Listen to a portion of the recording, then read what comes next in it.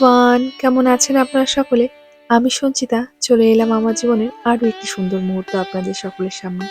আশা করছি আপনারা যে যেখান থেকে দেখছেন সকলে ভালো আছেন এবং সুস্থ আছেন। আমরাও আছি ভালো। ঠাকুরের জন্য পঞ্চামৃত তৈরি করলাম, এবার ঠাকুরকে অভিষেক করাবো। শুনেছি ঠাকুরের অভিষেক করাও যেরকম ভালো, ঠাকুরের অভিষেক যদি কেউ দেখেন সেটাও নাকি ভালো। সেই জন্য পুজোর আগে বেশ কয়েকদিন যে কত জনার কত ভিডিও দেখেছি ঠাকুরের অভিষেক করা, আর দেখতেও কেন জানি না এত বেশি ভালো লাগতো।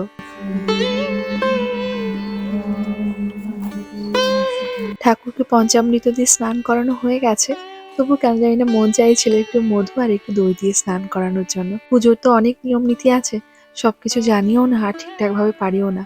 ওই সবকিছুই করেছি মোটামুটি নিজের মতন করেই করেছি। মা একটু কীর্তন করতে একটু ভালোবাসে, সেই জন্য মা একটু বেশি সময় ধরে কীর্তন করেছে, এটাই আমার কাছে সব থেকে বেশি ভালো লেগেছে জানেন। হরে রাম রাম রাম হরে কৃষ্ণ গোবিন্দ হরে মুরারি হে নাথ নারায়ণ বাসুদেবা হে নাথ নারায়ণ বাসুদেবা। ঠাকুরকে তো প্রতিদিনই স্নান করানো হয়, সাজানো হয়, কিন্তু পুজোর দিনে ঠাকুরকে স্নান করানো আর সাজানোটাই একদম অন্যরকম লাগে, তাই না? ওই যেরকম আমাদের জন্মদিনে অন্যান্য দিন যতই মা পায়েস করুক না কেন, জন্মদিনের পায়েসটা মনে হয় একটু বেশিই স্বাদ হয়, ঠিক সেরকমই কিন্তু। আর আগের ভিডিওতে তো আমি আপনাদেরকে বলেছি যে আজ আমারও জন্মদিন, তাই আজ জন্মদিনে আমি মন ভরে গোপালের সেবা করতে চাই। যতটুকু পারবো ততটুকু করার ভীষণ ইচ্ছে রয়েছে আমার কাছে। আর এই যে দেখুন ঠাকুরের সিংহাসনটি কেমন হয়েছে বলুন তো সাজানো। আমি, তুনাইয়ের পাপা, তুনাই, মা, আমরা কয়েকজন মিলেই কিন্তু ঠাকুরের জায়গাটিকে সাজিয়ে তুলেছি। হরে রাম রাম রাম হরে হরে হরে কৃষ্ণ কৃষ্ণ কৃষ্ণ হরে হরে। ঠাকুরকে তো সুগন্ধি দিতে হয়, কিন্তু আমি আর এখানে সেই আতরটা আর পেলাম না। অনলাইনেও চেক করলাম কিন্তু আর দিচ্ছিল না জানেন। সেই জন্য আমি গোপালের জন্য ছোট্ট একটি পারফিউম এনেছি, সেটাই একটু ঠাকুরকে দিয়ে দিলাম। এবার দেখুন তো সিংহাসনে বসে আমাদের গোপাল বাবু কেমন লাগছেন। আর এই যে ঠাকুরের মালাটাও পরিয়ে দিলাম, যে ফুলের মালাটা আমি রেডি করেছিলাম সেই ফুলের মালাটাও দিয়ে দিলাম। এমনি তো ঠাকুরের জন্য অনেক গয়না আনা হয়েছে, কিন্তু ফুলের মালাটার শোভাটা মনে হয় অনেকটাই বেড়ে যায়, তাই না? আর প্রথম ভাবছি টুনাইকেই বলবো একটু ঠাকুরকে দোল দেওয়ার জন্য, ওকে ডেকে নিয়ে আসি।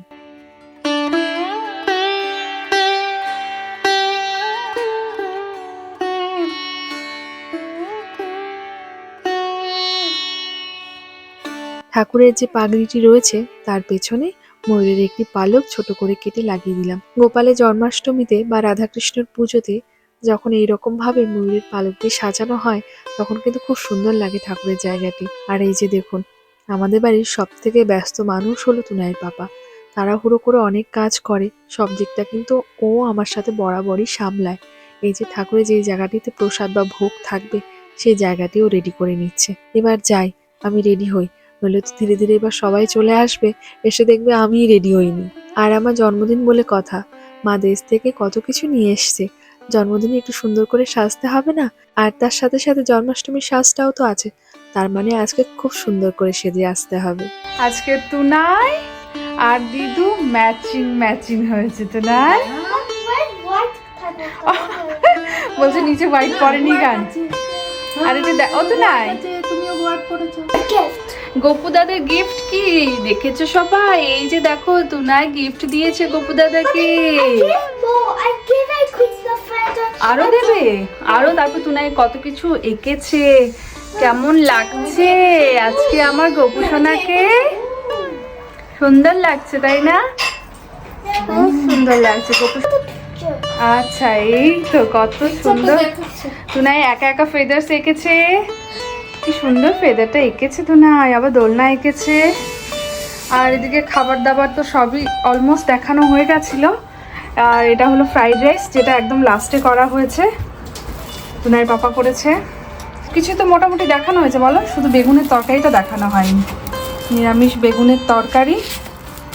এই হলো আজকে আমাদের আয়োজন। লিচু দিয়েছিলে ওখানে? আর এই যে তুনায়ের পাপা রেডি হয়ে গেছে। আজকে কোনো ম্যাচিং ড্রেস নেই। আমরা তুলসী গাছটা ভাবছি ওই জায়গাটায় রাখবো, দেখতে সুন্দর লাগবে তুলসী গাছটা রাখলে ওখানে।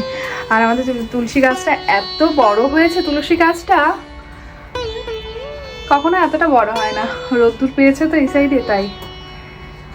আর এখন আমরা অপেক্ষায় কখন সবাই আসবে, মানে আমাদের গেস্টরা কখন আসবে। টুলটার মধ্যে রাখা, ওই জায়গাটায় রাখো মা। ওই যে তোমার খিচুড়িটাকে আমরা এরকম লম্বা করে দেবো, মানে চওড়া করে দেবো খিচুড়িটাকে, তার সামনে রাখতে পারবো। হ্যাঁ, খিচুড়িটাকে সামনে রাখতে পারবো। আর এই যে কি বাবা,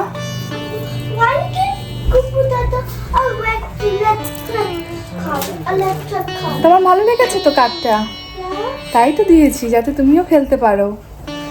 আর এই যে আমিও রেডি হয়ে নিয়েছি, মা এই শাড়িটা নিয়ে এসছে আমার জন্য জন্মাষ্টমীতে পরার জন্য, তাই পরলাম। যাই জুয়েলারি যাই পরে আছি এগুলো সব মা নিয়ে এসছে, তাই এগুলো পরলাম। আবার কবে অনুষ্ঠান হবে, কবে পরবো, তাই ভাবলাম আজকেই পরি। প্লেটটা দিই। মা দেখাচ্ছে এক এক করে। সুজির হালুয়া হয়েছে, মা তুলসীর পাতা দিয়ে দিয়েছে সবগুলোর মধ্যে। এটা হচ্ছে তালের ক্ষীর আর তালের বড়া, স্পেশাল জন্মাষ্টমী। এই তো বাবা, সন্দেশ, তারপরে এটাতে ফল কেটে দেওয়া রয়েছে, আর এটাতেও রয়েছে আঙুর ফল, মানে সব বেরিগুলো দেওয়া রয়েছে। এটাতেও ফল কেটেছে তুনায়ের পাপা। আর এটা হলো মালপোয়া, আর এর মধ্যে রয়েছে নারকেলের লাড্ডু। আর তুনাই দেখাচ্ছে ওর মধ্যে কি আছে, লুচি। আর কিছু আছে? ও আবার বলছে ওয়াটার আছে। আর এখানে রয়েছে খিচুড়ি, ভোগের খিচুড়ি। আর আমার শ্বশুর মশাই এই যে ফুল তুলে নিয়ে এসছে, আমাদের গাছের ফুল। তোলো মা। ও আরো আমাদের গাছের ফুল দিয়ে আজ আমরা গোপালের জন্মাষ্টমী করব। আর গাছের ফুল দিয়ে পুজো দিতে এমনি ভালো লাগে। আর এখানে রয়েছে পায়েস, এটা আমাদের ফ্ল্যাটের নিচে যে থাকে দাদা বানিয়েছে, পায়েসটাও আমাদের এখানে রাখতে হবে। আর এই যে সে ঘিয়ের বাতি দেব, মানে ঘি বাতি দেব ঠাকুরকে যখন আরতি করব। ধীরে ধীরে বাড়িতে সকলে আসা শুরু করে দিয়েছেন। আর এই বছর জন্মাষ্টমীতে কিন্তু আমাদের বাড়িতে অনেক লোকের আগমন হয়েছে। কে কে এসছেন আর কিভাবে জন্মাষ্টমীটা পালন করলাম সেটা একটু ভয়েস ওভার না দিয়ে রিয়েল মিউজিকই রাখলাম। আশা করছি আপনাদের সকলের ভীষণ ভালো লাগবে। আর তার সাথে আরেকটি কথা আমার বলতে ভীষণ ইচ্ছে করছে, যে বিদেশে আসার পরেও যে এরকম ভাবে জন্মাষ্টমী পালন করব, সকলকে সাথে নিয়ে এত আনন্দ করব, এত মজা করব, সেটা সত্যি একটা ঈশ্বরের কৃপাই বলতে পারেন।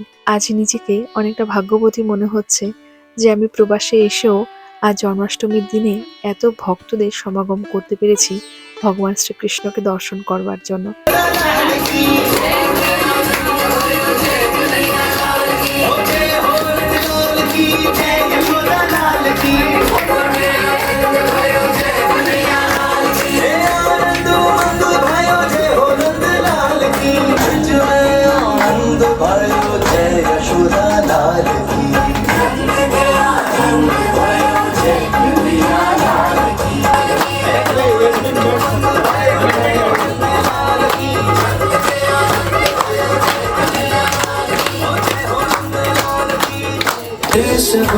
कृष्ण दामोदरम कृष्ण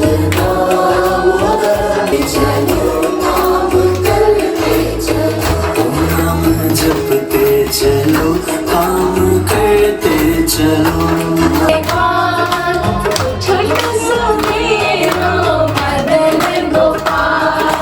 छोटी छोटी गैया, छोटे छोटे बाल, छोटा सा मेरो मदन गोपाल। श्री गिरिधर कृष्ण मुरारी।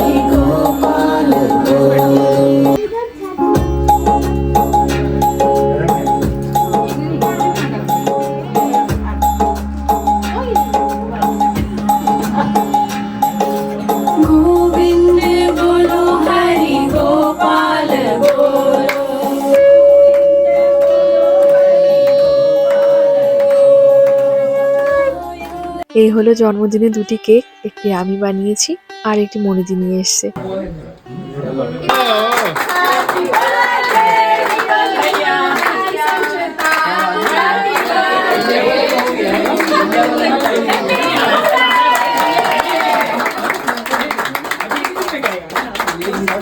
ये काला चश्मा पहन ले हैप्पी जन्माष्टमी हैप्पी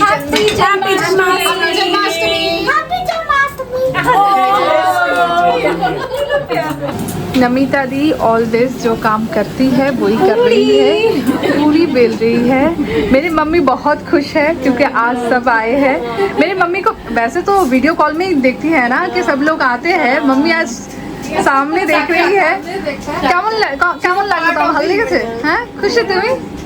খুশি খুশি बहुत खुशी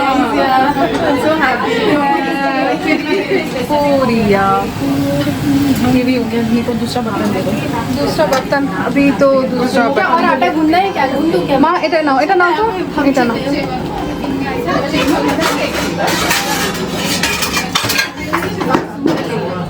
মা যখন ইন্ডিয়া থেকে আসে তখন দিদিদের জন্য কিছু গিফট নিয়ে এসছে।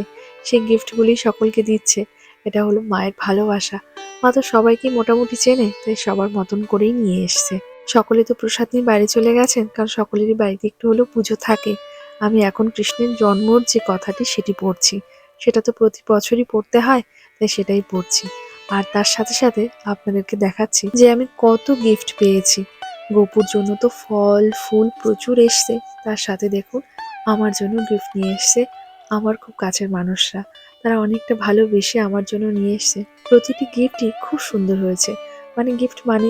প্রতিটি গিফটই ভীষণ সুন্দর হয়েছে। উপহার মানেই তো সুন্দর, তাই না বলুন? কেউ যদি আপনার জন্য তার নিজের পছন্দ করে কোনো জিনিস আনে, তার থেকে সুন্দর আর কিছু হতে পারে না। কারণ তার পছন্দটাকে আপনি আপনার কাছে রাখছেন। আমার তো তাই মনে হয়। ভীষণ ভালো লেগেছে, সবাই এসছেন আর আপনারা দেখতেই পেয়েছেন যে সকলে কত সুন্দর আনন্দ করেছেন। সবকিছু মিলে ঈশ্বরের আশীর্বাদে খুব ভালো গেছে আজকের দিনটি। সকলে মিলে আনন্দ করাটি বারে বারে মনের মধ্যে আসছে। তখন মনে হচ্ছে কি জানি না ভবিষ্যতে কোথায় থাকবো, কিন্তু এই স্মৃতিগুলো কিন্তু সব সময় কিন্তু মনের মধ্যে গেঁথে থাকবে। আর এবছর মা ছিল, বাবা ছিল, জন্মাষ্টমীটা সত্যি ভীষণ ভালো কেটেছে। ঈশ্বর এরকম ভাবেই যেন সকলকে ভালো রাখে। ঈশ্বরের আশীর্বাদ যেরকম আমার বা আমার পরিবারের ওপরে থাকুক, ঠিক সেই রকম ভাবে চাই ঈশ্বরের আশীর্বাদ যেন পৃথিবীর সকলের ওপর থাকে। ঈশ্বর যেন সকলের মঙ্গল করেন। আর এই যে দেখুন সকালবেলায় বাড়ির পাশেই একদম অভিষেক ভাইয়া আর রাহুল ভাইয়া দুজন থাকেন। ওরা তো জন্মদিন আমাদের জানে, গতকালকে গিফট নিয়ে আসতো। আমরা খুব জোর করে না করেছি বলে সকালবেলা ঘুম ভাঙলোই তাদের কলিং বেলে তারা নিচে এসছে, এসে গিফট দুটো দিয়ে গেছে। এবার আমাদেরও কিন্তু পালা তাদের সকলকে নেমন্ত্রণ করার। এই ভালোবাসাটুকু পাওয়াও একটা প্রাপ্য কিন্তু। আজকের ব্লগটি তবে এখানেই রাখলাম। কেমন লাগলো ব্লগটি অবশ্যই কিন্তু জানাবেন। ভালো থাকবেন সবাই, সুস্থ থাকবেন। আর প্রতিবারের মতন আমাকে এরকম ভাবেই কমেন্ট করবেন। খুব ভালো লাগে কিন্তু আপনাদের কমেন্টগুলো পেলে। দেখা হচ্ছে খুব শিগগিরই আপনাদের সাথে পরবর্তী ব্লগটি নিয়ে।